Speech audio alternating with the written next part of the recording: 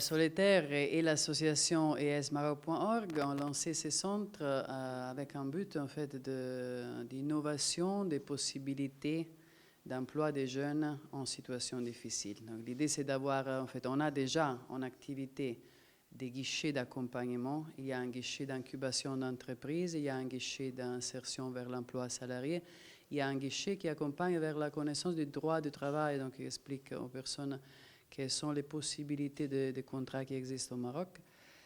Et il y a des collègues qui sont ici pour accompagner les personnes donc dans un but stable, de ne pas être seulement un accompagnement lors d'une formation, mais d'avoir effectivement une structure stable qui puisse être un point de référence et aussi un espace de coworking pour les jeunes. Donc qu'ils puissent avoir des conventions avec l'organisation et avec les centres pour avoir, dans certains cas, aussi un espace de travail. Et l'idée, c'est d'arriver à une durabilité de l'initiative, donc avec tous les partenaires qu'on a, que ce ne soit pas une initiative qui dure seulement le temps d'un projet, mais que ce soit beaucoup plus long. Solitaire travaille au Maroc depuis 12 ans, donc on est confiant que ça puisse se réaliser. Et on remercie tous les partenaires, en fait, parce que Solitaire et l'association esmaroc.org sont à la tête de l'initiative, mais il y a plusieurs partenaires qui ont collaboré à la réussite de cette expérience qu'on lance aujourd'hui.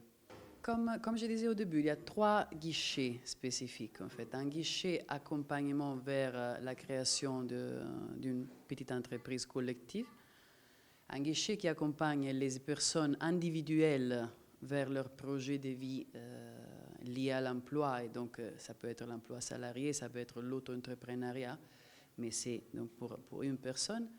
Tandis qu'il y a aussi une initiative de renforcement des associations à travers une plateforme de e-learning, donc des formations en ligne, et enfin un espace de coworking pour les associations qui ont une convention avec Solitaire. Donc disons que c'est 3 voire 4 services qui sont opérationnels pour les associations et pour les jeunes.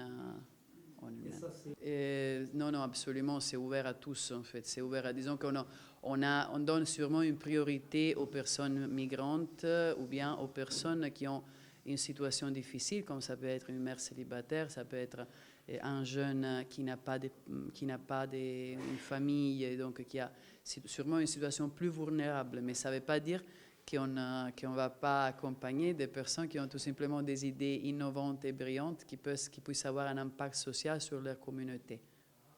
Disons qu'il faut considérer que c'est un centre ouvert, donc parfois on remarque un peu de distance entre les initiatives de ce type, qui font de l'incubation, de bonnes idées, et les possibles porteurs de projets. Tandis que là, on a voulu un centre en fait, avec des associations partenaires ici qui sont à l'océan. C'est un quartier accessible, ouvert en fait, pour tous.